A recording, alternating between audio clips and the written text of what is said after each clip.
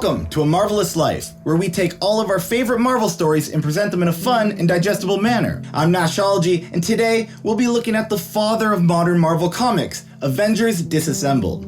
Released in 2004, Avengers Disassembled was the landmark 500th issue of the Avengers ongoing series. Knowing they had to celebrate this achievement with a bang, Marvel hired Brian Michael Bendis to completely shake up the world of the Avengers. And oh boy, did he ever.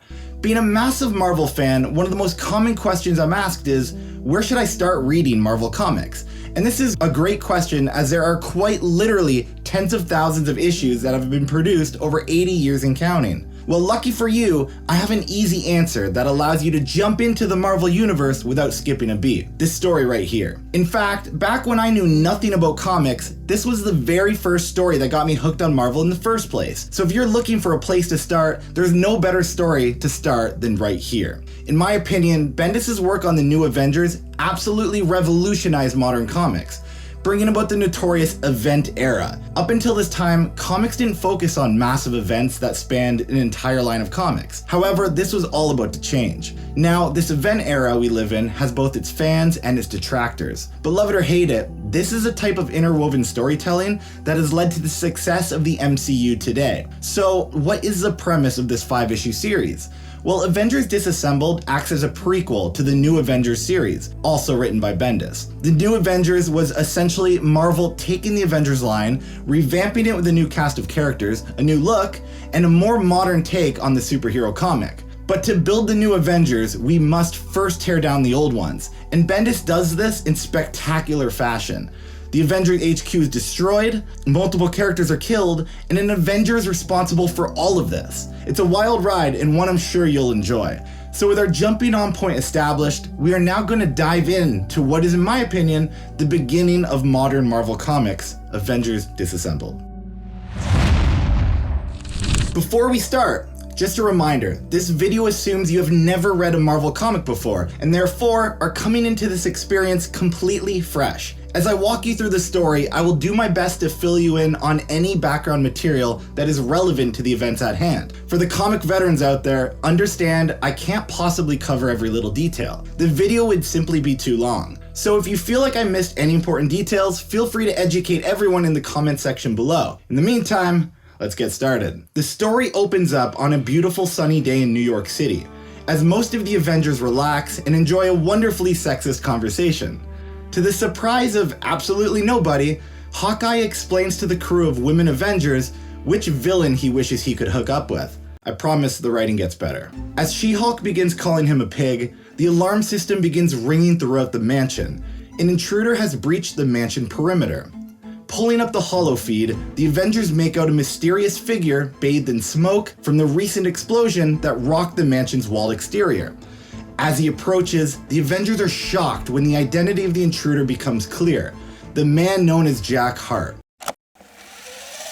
Let me catch you up on Jack Hart. Jack Hart is an insanely powerful hero with the ability to project energy blasts capable of destroying the Hulk. The reason why Jack Hart's appearance is startling for the Avengers is because, well, he's supposed to be dead. You see, Jack has the ability to store massive amounts of energy within his body. However, after years of storing this energy, it becomes simply too much for him. After a daring rescue involving Ant-Man's daughter, Jack Hart decides to fly up into space and to release all of that energy, knowing full well it will be the death of him. Jack Hart died an Avenger, or so we thought.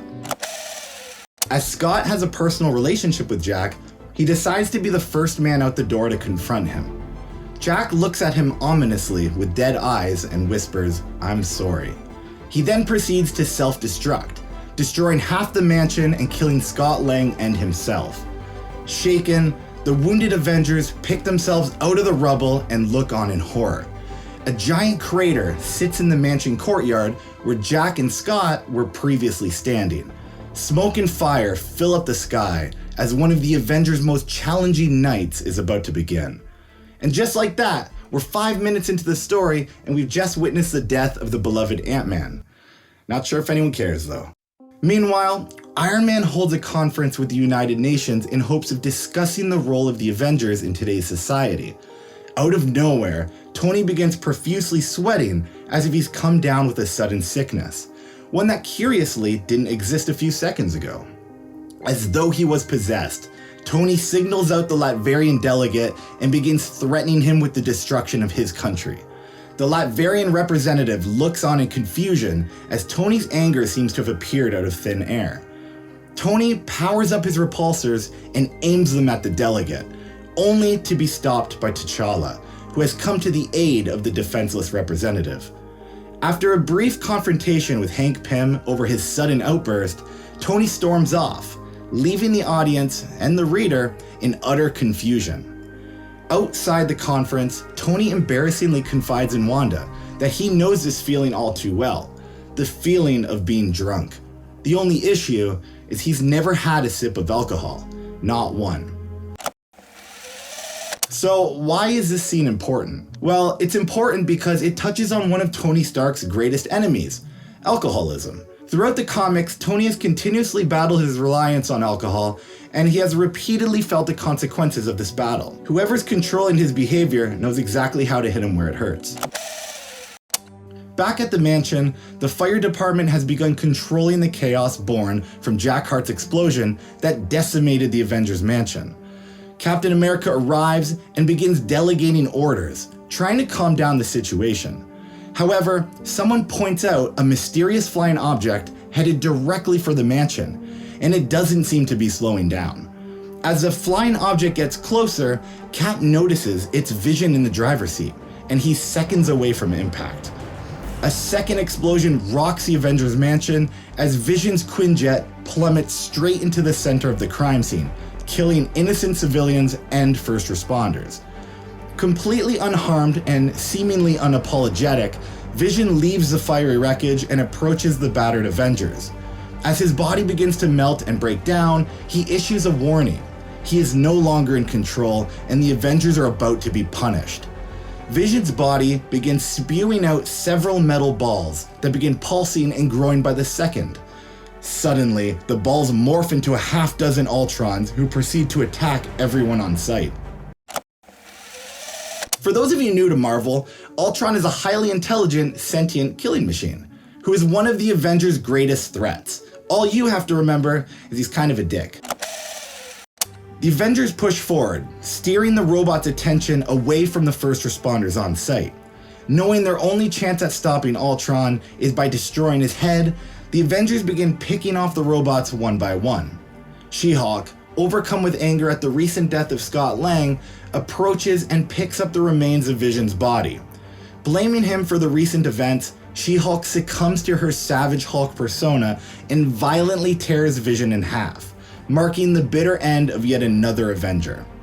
Unable to control herself, She-Hulk swats the Wasp out of thin air with enough force to knock her unconscious. Now completely hulked out, She-Hulk viciously attacks Captain America at full force, sending him flying backwards. She then picks up a shield-armored vehicle and approaches the downed Captain America, preparing to make the final strike.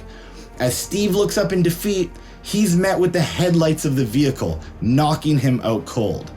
The issue ends with a mysterious conversation whereby one of the assailants claims the night is far from over.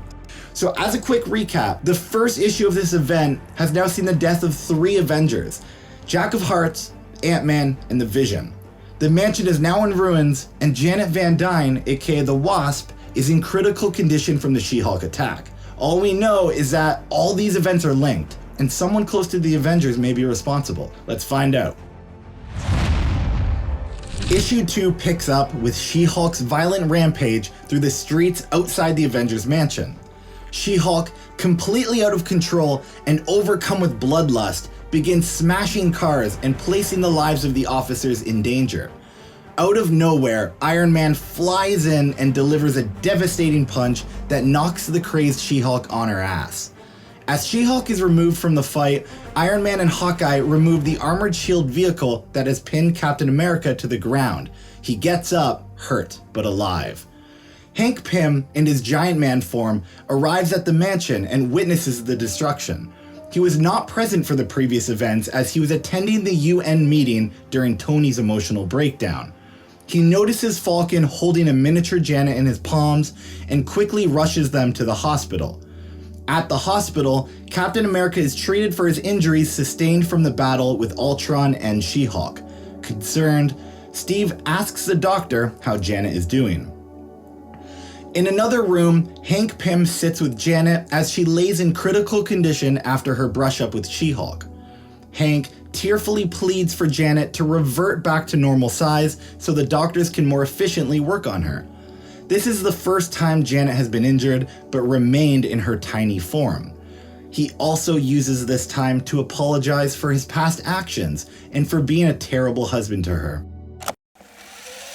This scene is really significant to the relationship dynamic between Hank and Janet. Previously, the two had an extremely rocky marriage, filled with emotional abuse. This culminated in Hank committing an act of physical abuse against Janet back in Avengers issue 213. From that point on, Hank and Janet have been one of the most dysfunctional relationships in all of Marvel Comics.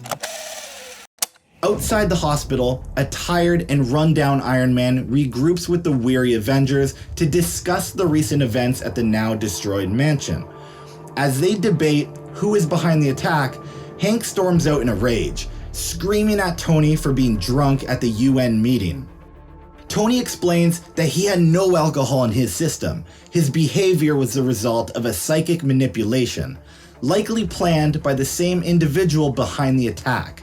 The Avengers listen in silence. Hawkeye and Hank do not believe him, and in response, Tony storms off in anger. The Avengers are being split apart at the seams. Suddenly, the Avengers get a distress call from S.H.I.E.L.D. Something big is happening at the Avengers mansion. They quickly rush off from the hospital. The Avengers land their jet in Central Park and proceed to the mansion on foot. When they arrive, Captain America looks on in surprise as a mob of people have arrived at the mansion's front gates. The entire roster of former Avengers has arrived in response to the recent events. All former members as well as their allies have risen to the call.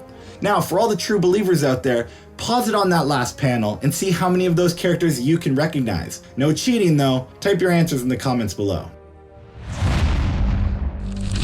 As the massive roster of former Avengers stand in unity, Black Panther reveals why they've come. The Avengers are in trouble and they've come to help. Hearing that both Ant-Man and Vision were killed, the heroes give their condolences to the Avengers, scarcely believing what had occurred in the events of the day. Matters quickly go from bad to worse as the UN make an announcement to the world. They will now officially distance themselves from the Avengers Organization in light of today's performance by Tony Stark. As if that wasn't bad enough, the sky is immediately filled with the presence of a massive Kree spaceship.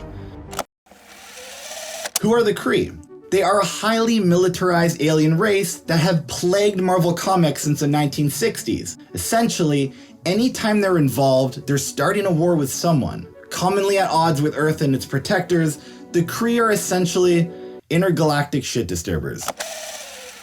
As the Avengers look on in horror, hundreds of Kree aircraft pour out of the spaceship and begin attacking New York. The Avengers are quickly overwhelmed as the aircraft begin firing down on the Avengers mansion. To even the odds, Falcon, Wonder Man, and the rest of the flying Avengers take to the skies to try and ground some of the fighters. Once grounded, Captain America and the rest of the Avengers begin taking the Kree down. However, dozens more Kree begin teleporting down from the ship, driving Nick Fury to question the reality of the situation. Fury states that the Kree are advanced enough to completely level New York from outer space. There is absolutely no reason for them to touch down on Earth. Something isn't adding up. Determined to end the onslaught, Hawkeye knocks a few arrows and desperately looks for an opening on which to capitalize. Due to the overwhelming stress of the recent events, Clint is unable to keep his anger in check and begins killing off Kree by the handful. However, he is soon shot from behind, setting his pack of arrows on fire and leaving him vulnerable to attack. In an act of pure desperation, Hawkeye, still on fire, grabs the nearest Kree soldier and takes control of his jetpack. The Avengers watch in shock as Hawkeye, still connected to the jetpacked Kree soldier, flies directly into the engine of the massive spaceship. And with one earth-shattering explosion, Hawkeye and the Kree spaceship are no more.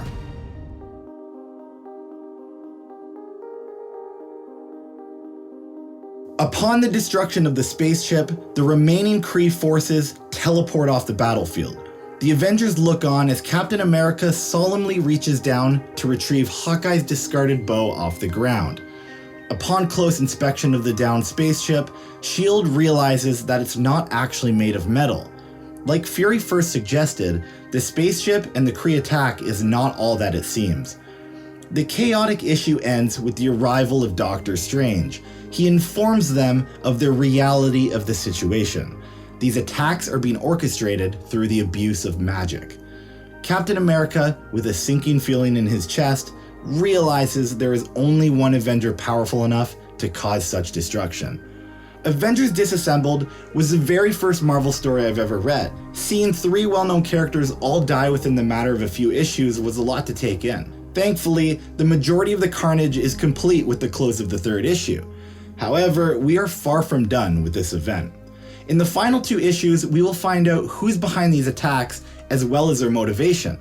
For the MCU fans out there, you'll notice many parallels between this event and the driving force behind MCU's Phase 4. As you can guess, a lot of the MCU's best material is derivative from what we read in the comics. So pay close attention to the stories we read, and maybe you'll be able to predict where the MCU will head in the future. Issue 4 begins with a flashback involving Janet Van Dyne and Wanda, the Scarlet Witch. Janet informs Wanda that she had a recent pregnancy scare with Hawkeye as the almost father. Janet and Clint once had a short-lived fling that never amounted to anything. It was quick, and there was almost no emphasis placed on the two as a pair. The fling ended just as quickly as it begun. In fact, I think the relationship lasted about 4 panels. Janet, realizing that Avengers having kids is ultimately a stupid and reckless idea, voices her surprise that Wanda once had 2 of her own. Wanda, in complete surprise, asks what she's talking about.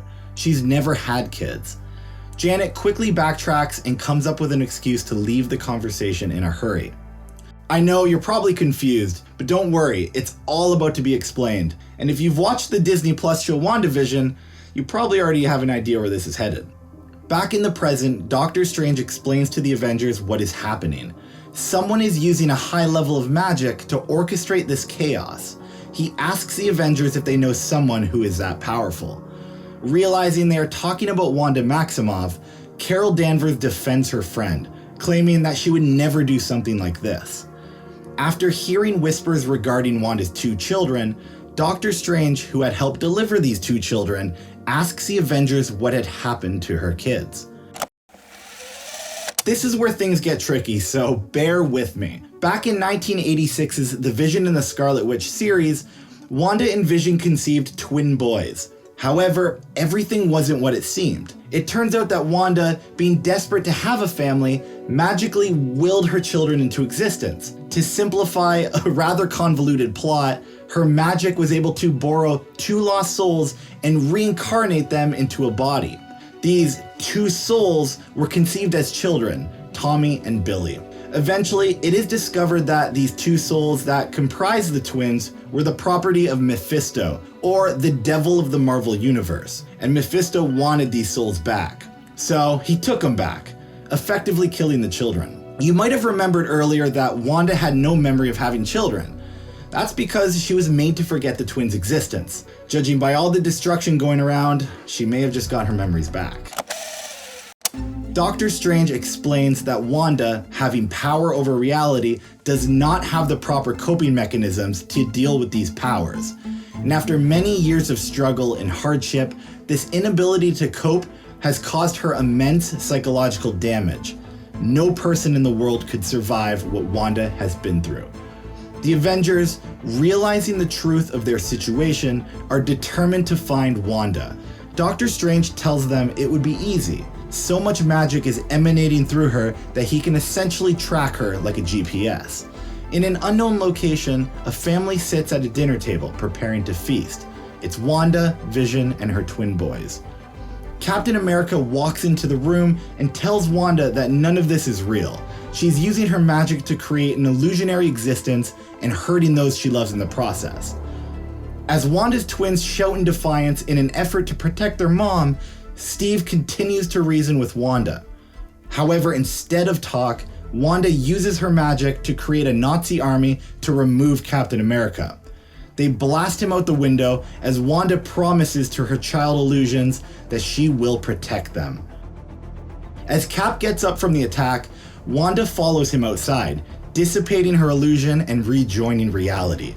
She's confronted by the entire roster of the Avengers, all of which who want answers. Carol Danvers approaches Wanda, screaming at her for the deaths of Scott, Vision, and Hawkeye. She claims that Wanda had betrayed the Avengers and will pay for her mistakes. Wanda, fully broken psychologically, simply replies, "Stay away from my children." She begins attacking the Avengers, using her magic to summon more illusions.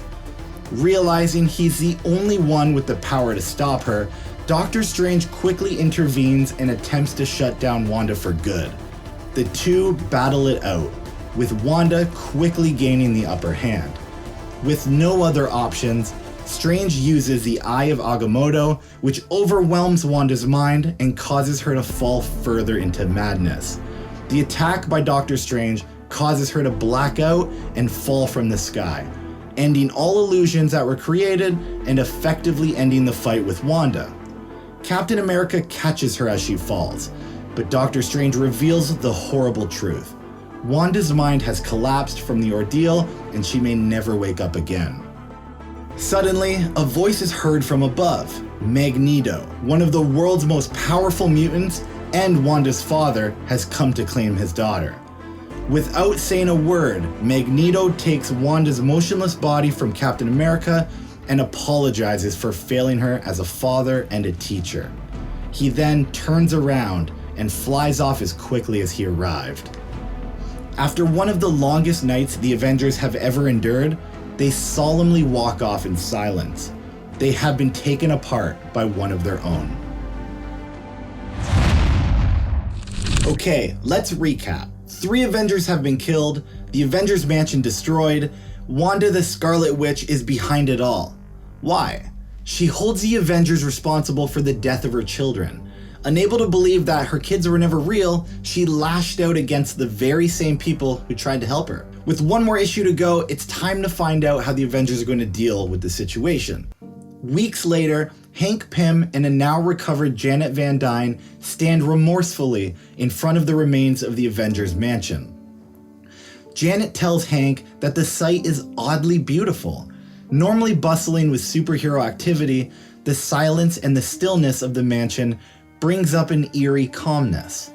Inside the mansion, the downtrodden Avengers gather for the first time in weeks, still emotionally distraught and searching for answers. Iron Man has gathered them all for a specific purpose. He is formally ending the Avengers Organization as he can no longer finance the operation.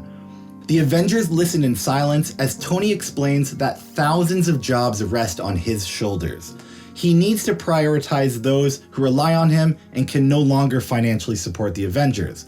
Being shunned by the UN, the public embarrassment, and the media reaction to an Avenger causing the destruction has all but ensured that the government will no longer support the Avengers Organization as well.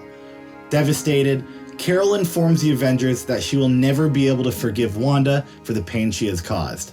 Quicksilver, the brother of Wanda, who had just arrived at the mansion, tells Carol that Wanda loved her, and if the roles were reversed, Wanda would have forgiven her.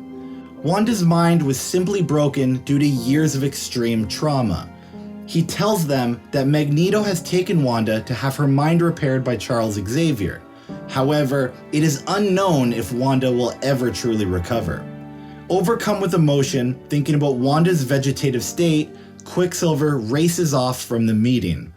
Once he departs, She-Hulk breaks her news to the gang. She cannot forgive herself for her own destructive actions, and in response, she has decided to leave the Avengers. Quickly following Jennifer's lead, Hank informs everyone that he accepted a fellowship at Oxford in England. Hoping to repair the relationship once and for all, Janet has decided to go with him. Finally, Sam Wilson also decides it's time for him to hang up the wings and move on with his life. As half of the remaining Avengers decide to close up shop, the rest of the crew begin reminiscing about their favorite memories as Avengers. In a really nice series of splash pages, the Avengers begin recounting some of their greatest memories, such as the first time the Avengers got together to fight Loki, the original lineup consisting of Ant-Man, Thor, Iron Man, the Wasp, and even the Incredible Hulk. The moment a legendary super soldier was found in the ice and the team was forever changed. Captain America would go on to become the heart and soul of the team. And finally, the day Vision and the Scarlet Witch were married. The team decides that this is the only way that they should be remembered. The Avengers sit down for one last dinner together, sharing memories and enjoying the company of family. Captain America proposes a toast to all of the Avengers who have been lost over the years, including Clint Barton, Scott Lang, and the Vision. The remaining Avengers mournfully down their drinks. After many years fighting together, the end of an era has come. Once dinner is finished, the Avengers pack up their belongings and decide it's time to leave the mansion behind. However, they are shocked to see what is waiting for them in the mansion courtyard. They look on in disbelief as hundreds of New Yorkers have gathered, holding an emotional candlelight vigil for the fallen heroes. They hold large signs and memorabilia commemorating their favorite Avengers. It's a tearful goodbye as the Avengers stand together one last time. The citizens of New York proclaim their love for the heroes that have given them everything. And just like that, you're all caught up on Avengers Disassembled, and we have officially begun the journey into modern Marvel Comics. This landmark event gives birth to one of the most important series in the early 2000s, The New Avengers, also written by Brian Michael Bendis. This series covers some of the most important events in comic book history, such as Civil War, Secret Invasion, and the death of... Okay, maybe we'll wait. I will be covering in detail that entire 64-issue series, as well as the 32-issue volume released from 2010 to 2012. So if you're interested in all things Avengers, keep your eyes posted on this channel. Don't forget to give the video a like and subscribe if you want more of this content. Till next time, I'm Nashology, and this is A Marvelous Life.